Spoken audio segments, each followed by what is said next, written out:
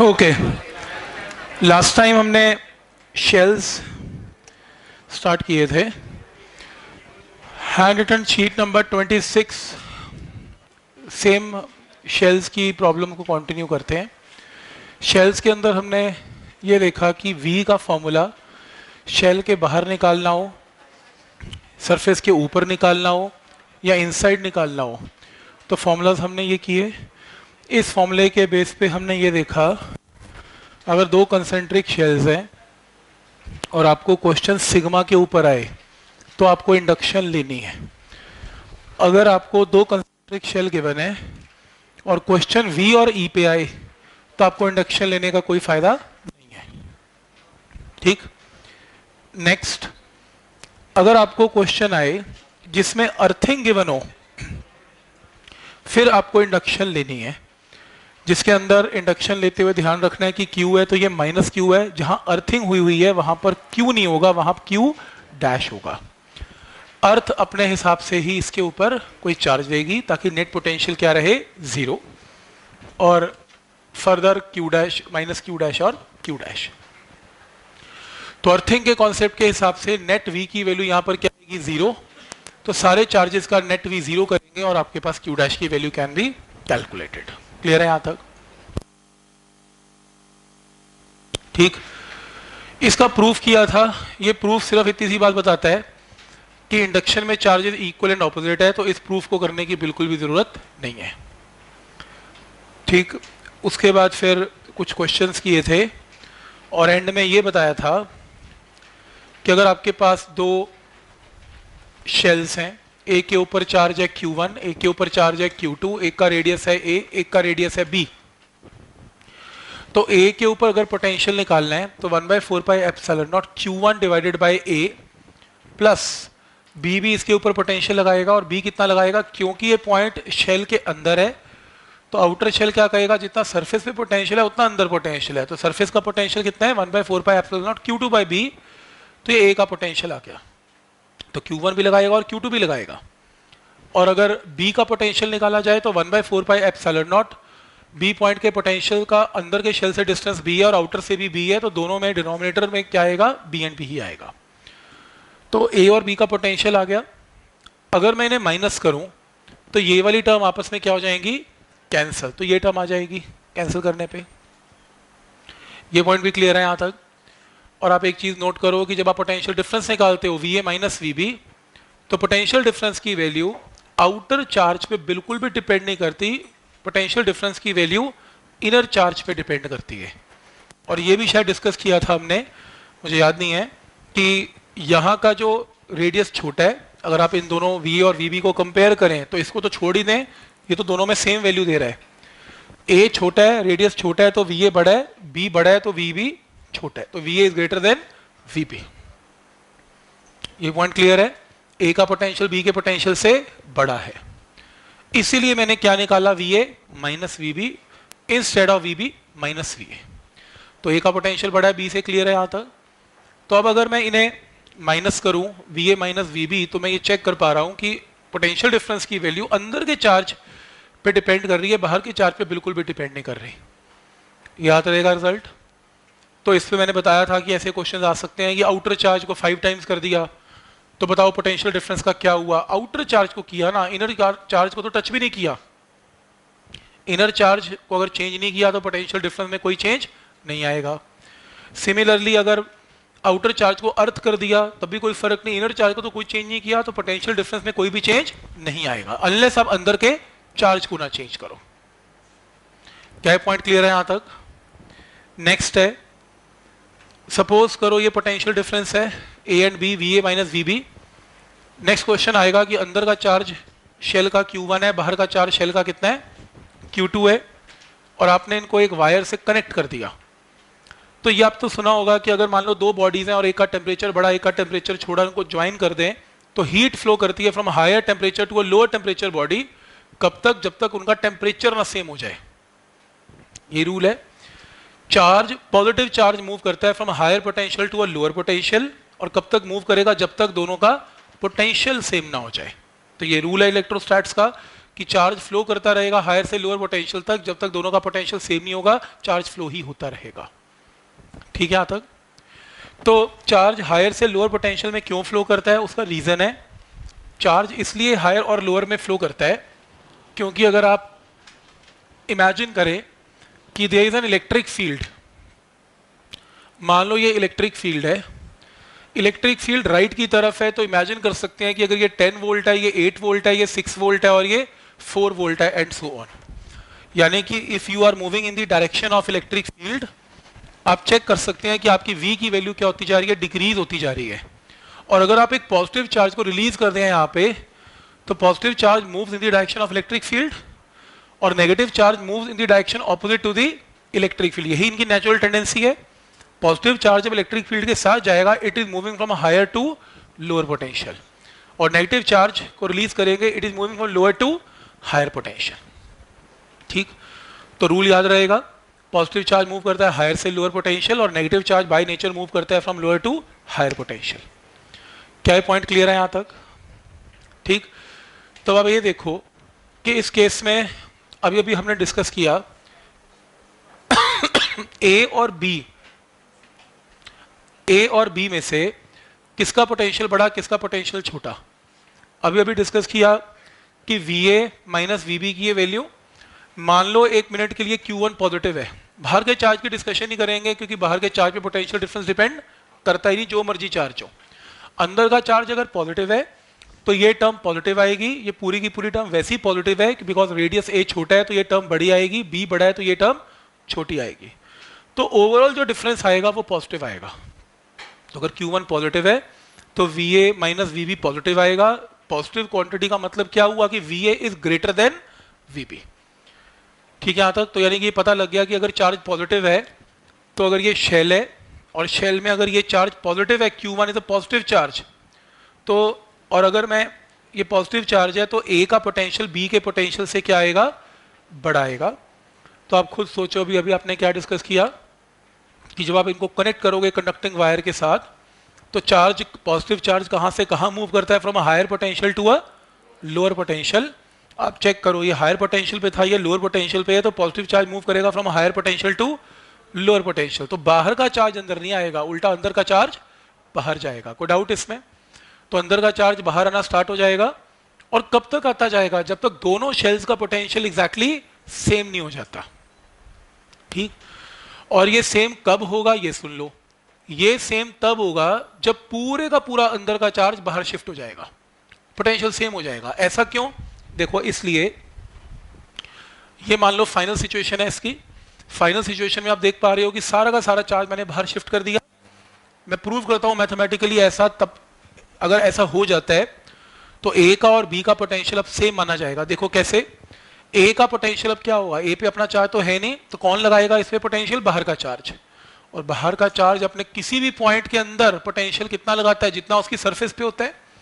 Surface पे कितना है, 1/4 pi epsilon naught Q1 plus Q2 by B। Outer shell के सरफेस पे कितना पोटेंशियल है, 1/4 pi epsilon naught Q1 plus Q2 by B। ठीक, उतना ही पोटेंशियल सरफेस पे होगा, उतना ही A पे होगा, क्योंकि A का अपना चार्ज तो है नहीं, B ही अपने अंदर पोटेंशियल लगा रहा है और B अपने अंदर पोटेंशियल को कांस्टेंट रखता है जितना सरफेस पे है।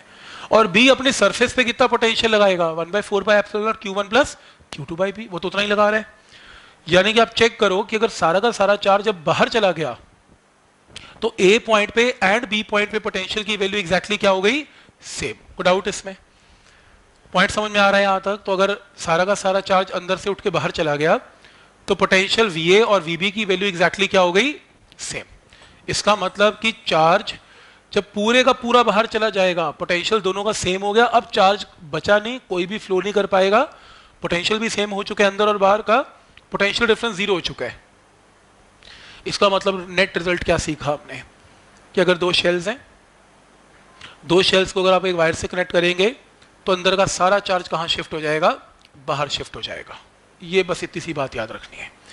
ऐसा क्यों होगा, ये एक्सप्लेनेशन काफी देर से मैं दे रहा हूं, जो मैं समझा रहा था वो यही बता रहा हूं कि ऐसा क्यों हुआ कि चार्ज बाहर से अंदर क्यों नहीं आया और अंदर से बाहर गया, क्योंकि it is moving from a higher potential to a lower potential. ठीक है, याद रहेगा रिजल्ट। अच्छा, इमेजिन करो कि अगर ये चार्ज क्या होता, पॉजिटिव की बजाय क्या होता, नेगेटिव होता, ये भी तो हो सकता है। बाहर के चार्ज की डिस्कशन ही करेंगे because potential difference is independent of outer charge. अंदर का चार्ज या तो पॉजिटिव था, तो अगर पॉजिटिव चार्ज है तो हमने ये देखा कि सारा का सारा चार्ज बाहर शिफ्ट हो जाता है। लेकिन अगर ये चार्ज मान लो नेगेटिव हुआ, अगर ये चार्ज नेगेटिव हुआ तो पोटेंशियल डिफरेंस का ये फॉर्मूला हमारे पास था, चार्ज मान लो Q1 नेगेटिव हुआ, ये टर्म तो है ही पॉजिटिव, तो ओवरऑल आंसर क्या आएगा अब नेगेटिव। नेगेटिव आंसर ये शो करता है कि VA छोटा है और VB बड़ा है, तो VA is less than VB। कोई डाउट इसमें? तो नेगेटिव साइन ये शो कर रहा है कि VA छोटा है। तो इमेजिन करो कि अब VA की वैल्यू, जब ये नेगेटिव है, VA की वैल्यू छोटी है और VB की वैल्यू बड़ी है, और चार्ज है कौन सा हमारे पास नेगेटिव। नेगेटिव चार्ज जब वायर से के साथ कनेक्ट किया जाएगा तो नेगेटिव चार्ज की टेंडेंसी क्या होती है, it moves from a lower potential to higher. तो अब नेगेटिव चार्ज भी कहां से कहां जाएगा, अंदर से बाहर, क्योंकि नेगेटिव चार्ज मूव कर रहा है फ्रॉम लोअर टू हायर, और पॉजिटिव अगर होता तो it is moving from higher to potential. तो हर हालत में चाहे Q1 नेगेटिव होगा चाहे Q1 पॉजिटिव होगा, चार्ज अंदर से बाहर ही आएगा और तब तक फ्लो होता जाएगा जब तक टोटल सारे का सारा चार्ज अंदर से बाहर ना आ जाए। तो रूल दोनों में एग्जैक्टली सेम रहेगा, चाहे Q1 पॉजिटिव हो चाहे Q1 नेगेटिव हो। कोई डाउट इसमें? तो ये शॉर्टकट्स याद रहेंगे, ये ऑब्जेक्टिव के शॉर्टकट्स हैं। जब वायर से कनेक्ट किया जाएगा तो क्या बिहेवियर शो करेगा, ये आपको सीधा टिक मार्क करना है। ठीक, उस टाइम डिस्कशन नहीं करनी, बस सीधा ये रिजल्ट याद रखना है। नेक्स्ट क्वेश्चन देखो,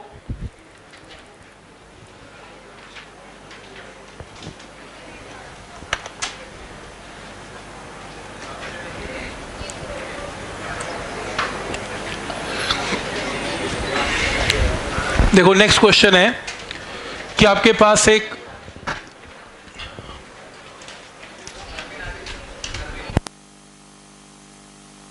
तो आपके पास सपोज ये एक कंडक्टिंग शेल है, ध्यान आ गए, कंडक्टिंग शेल है, मतलब हमने जो अभी केसेस किए वो थिन शेल के थे, पतले थे, उनकी थिकनेस नहीं ली जाती। ये दो शेल नहीं है, ये एक ही शेल है लेकिन मोटा शेल है, ये शेड कर रखा है थोड़ा सा येलो कलर का, आप चेक कर सकते हो, प्रिंट आउट में आया होगा, शेडेड दिख रहा है, कुछ नहीं है तो प्लीज कर लो, शेड कर लो थोड़ा थोड़ा। शेड का मतलब है कि इसमें मेटल है, ये कंडक्टर है, खाली नहीं है, कंडक्टर है, नहीं तो देखने में ऐसा लगता है कि एक थिन दो शेल्स हैं, ये दो शेल नहीं है, बेसिकली एक शेल है। ठीक है, तो ये कंडक्टिंग शेल है, अंदर मटेरियल है, आपने एक पॉइंट चार्ज को रखा Q, तो कंडक्टर के इनर सरफेस पे क्या चार्ज आ जाएगा -Q, और आउटर पे क्या जाएगा +Q, और कंडक्टर के अंदर कोई चार्ज नहीं होता। कोई डाउट इसमें? कंडक्टर के अंदर कोई चार्ज नहीं है, राइट। तो क्वेश्चन है कि बताओ x डिस्टेंस पे यहां पर V और E क्या होगा। मैं ये सोच रहा हूं कि मैंने इंडक्शन क्यों लगाई, क्योंकि मैंने डिसाइड किया था जब अर्थिंग नहीं होगी तो मैं इंडक्शन नहीं लगाऊंगा, पर क्योंकि ये क्वेश्चन मुझे डिफरेंट लगा कि ये थोड़ा मोटा शेल है, वो थिन शेल थे, उसमें तो पक्का श्योर थे कि इंडक्शन नहीं लगेगी, इसमें लगा के देखते हैं। तो मैंने इंडक्शन लगाई -Q +Q, और मान लो x डिस्टेंस पे मुझे E निकालना है, ये पॉइंट चार्ज है, पॉइंट चार्ज E क्या लगाएगा 1/4πε0 Q डिवाइडेड बाय x²। फिर ये शेल की तरह ट्रीट करो, ये शेल x डिस्टेंस पे E क्या लगाएगा 1/4πε0 -Q/x²। बाहर का शेल क्या लगाएगा +Q/x²। इंडक्शन के इफेक्ट फिर से क्या हो गए, कैंसिल, यानी कि चाहे थिन शेल हो चाहे थिक शेल हो, इंडक्शन E में या V में कंट्रीब्यूट नहीं करेगा फिर से। तो यानी कि हम इंडक्शन नहीं लेंगे अगर E और V की प्रॉब्लम आएगी और अर्थिंग नहीं है तो। क्लियर यहां तक? आप चेक कर सकते हो, अगर इसी पॉइंट पर V निकालना है तो पॉइंट चार्ज V क्या लगाएगा 1/4πε0 Q/r Q/x, और ये शेल क्या लगाएगा -Q/x, आउटर शेल क्या लगाएगा +Q/x। तो चेक करो इंडक्शन के इफेक्ट फिर से कैंसिल। लेकिन अगर इस क्वेश्चन में सिग्मा निकालने को आ जाए तो फिर इंडक्शन से देना पड़ेगा कि इनर सरफेस पे सिग्मा क्या होगा, इनर सरफेस का चार्ज अपॉन इनर सरफेस का एरिया 4πa²। आउटर सरफेस का सिग्मा क्या होगा, आउटर सरफेस का चार्ज अपॉन आउटर सरफेस का एरिया 4πb²। यानी कि ये डिसाइड हो गया कि अगर V और E की प्रॉब्लम है, V और E की प्रॉब्लम में इंडक्शन को लेने का कोई फायदा नहीं है, लेकिन सिग्मा की प्रॉब्लम में इंडक्शन का इफेक्ट हमें लेना पड़ेगा। ठीक हो गया यहां तक? इस टाइप की प्रॉब्लम आ जाती है, मान लो एक शेल है, शेल की सरफेस के ऊपर पोटेंशियल V गिवन है, शेल की सरफेस के ऊपर जिसका रेडियस R है, पोटेंशियल की वैल्यू V गिवन है। बस कैपिटल, आपको और कुछ नहीं गिवन, बस v गिवन है और ये गिवन है कि स्मॉल r डिस्टेंस पे e निकालो और e निकालना है in terms of v and small r only, बस ठीक। और कैपिटल आर ऑल्सो गिवन, मतलब आपको ना क्यों नहीं गिवन है, इसका चार्ज नहीं पता, मैंने खुद एज्यूम किया है चार्ज, आपको v गिवन है। तो मुझे ये समझ में आता है कि e की वैल्यू अगर मुझे शेल की वजह से निकालनी है स्मॉल r डिस्टेंस पे, तो क्या आएगा 1/4 pi epsilon naught small q by r square आएगा, पर मेरे को स्मॉल q तो पता ही नहीं क्या है।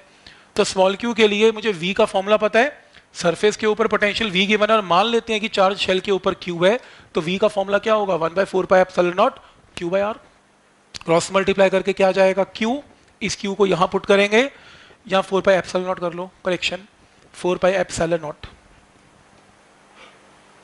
ठीक। तो 4 पाई एप्सिलॉन नॉट से 4 पाई एप्सिलॉन नॉट हो गया cancel, answer RB by small r square. क्या ये पॉइंट क्लियर है यहां तक? तो v की फॉर्म में अगर e का आंसर देना है तो कैसे देना है, कोई डाउट इसमें? ठीक,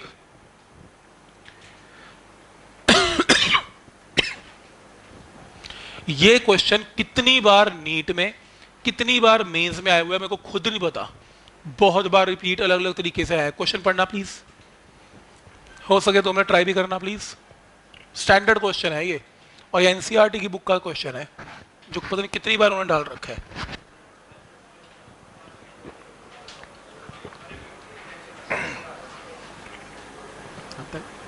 क्या हुआ?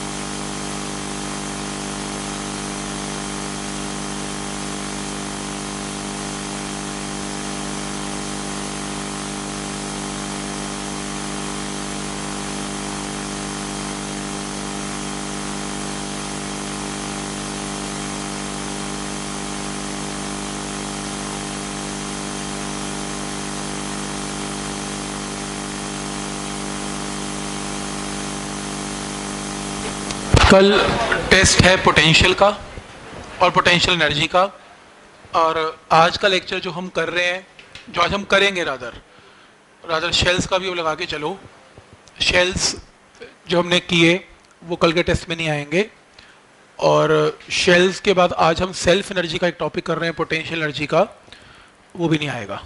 इससे पहले जो भी हमने किया वो पॉइंट चार्ज, पोटेंशियल डिफरेंस, ये वो उसके ऊपर क्वेश्चंस आएंगे, रिंग वगैरह आएगा। हाँ, फ्लक्स का भी डाल दूंगा मैं, 2-4 क्वेश्चन फ्लक्स के भी डाल दूंगा। मतलब अगर ई का क्वेश्चन कुछ डल गया तो बोला नहीं कि सर ई क्यों डाला, फ्लो में कई बार डल जाता है, कोशिश करूंगा वी और एनर्जी पे हो, बट मैं कह नहीं सकता, आ गया तो आ गया, तो आप प्लीज़ सारा रिवाइज करके आना। अब तो ठीक है, अब तो करना ही पड़ेगा। अब ये देखो पूरी +2 और +1 दोनों आएंगी मेंस नीट में, ये तो कुछ भी नहीं है। ई और वी क्या है आपके लिए, कुछ भी नहीं, ठीक। In an experiment small n drops of same size are charged to a potential of v। छोटे छोटे ड्रॉप्स हैं, और कितने ड्रॉप्स हैं, n ड्रॉप्स हैं, और हर छोटे ड्रॉप का पोटेंशियल है v, और रेडियस क्या है मुझे पता नहीं, चार्ज क्या है मुझे पता नहीं, पोटेंशियल मुझे पता है v है। अगर ये सारे के सारे ड्रॉप्स कंबाइन हो जाते हैं और एक बड़ा ड्रॉप बना लेते हैं, पोटेंशियल निकालो बड़े ड्रॉप का क्या होगा। तो सबसे पहले ड्रॉप्स जब कंबाइन होते हैं तो वॉल्यूम इक्वेट करना है, तो एन ड्रॉप्स का वॉल्यूम इज इक्वल टू बड़े ड्रॉप का वॉल्यूम, तो यहां से छोटे और बड़े आर का रेडियस आ गया। क्या ये स्टेप क्लियर है? तो अगर मान लो इमेजिन कर लेते हैं छोटे ड्रॉप का रेडियस स्मॉल आर है, बड़े का कैपिटल आर है, तो बड़ा ड्रॉप का रेडियस छोटे आर के साथ ऐसे रिलेटेड है। कोई डाउट इसमें? समझ में आ गया यहां तक? आगे स्मॉल ड्रॉप का मान लो पोटेंशियल v गिवन है, तो गिवन ही है मुझे।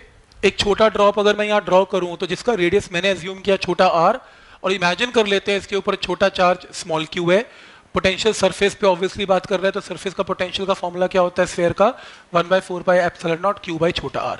तो छोटे ड्रॉप का v पता है, बड़े ड्रॉप का निकालें। बड़े ड्रॉप कैसे बना, छोटे ड्रॉप्स मिला के, हर छोटे ड्रॉप पे चार्ज क्या है q, ऐसे कितने ड्रॉप है n, चार्ज तो एडिटिव है, सारे चार्ज मिल गए, गायब तो हो नहीं सकता, तो टोटल चार्ज बड़े ड्रॉप पे क्या आ गया, एन क्यू।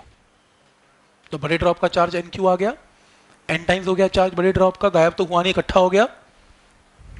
यहां तक क्लियर है? नहीं क्लियर है? तो बड़े ड्रॉप का रेडियस कैपिटल आर है और चार्ज कितना है, एन क्यू। तो बड़े ड्रॉप का पोटेंशियल क्या होगा, 1/4πε0 एन क्यू डिवाइडेड बाय बड़ा आर। अब बड़ा आर हमें पता है छोटे आर की फॉर्म में n की पावर 1/3 इंटू छोटा आर, 1/4πε0 क्यू बाई छोटा आर बाहर, तो n की पावर 1 है, n की पावर 1/3 है, पावर माइनस हो गई, 1 माइनस 1/3 क्या आएगा, 2/3। तो ये छोटे ड्रॉप का पोटेंशियल हमें पता है ऑलरेडी v, इसकी जगह v पुट करेंगे तो answer n raise to power 2/3 into v। Standard result है, पोटेंशियल n की पावर 2/3 टाइम्स हो जाएगा। अब क्वेश्चन अलग अलग फॉर्म में आ सकता है, 27 ड्रॉप्स कंबाइन हो गए, हर का चार्ज 2 माइक्रोकूलम था, पोटेंशियल 10 वोल्ट है, छोटे ड्रॉप का बड़े का निकालो। तो आपको ट्रिक याद होना चाहिए कि आपने कैसे किया, या फॉर्मूला याद होना चाहिए, n raise to power 2/3 times हो जाता है, एक ही बात है। पॉइंट समझ में आ रहा है यहाँ तक, कैसे करना है ऐसे? कोई डाउट इसमें?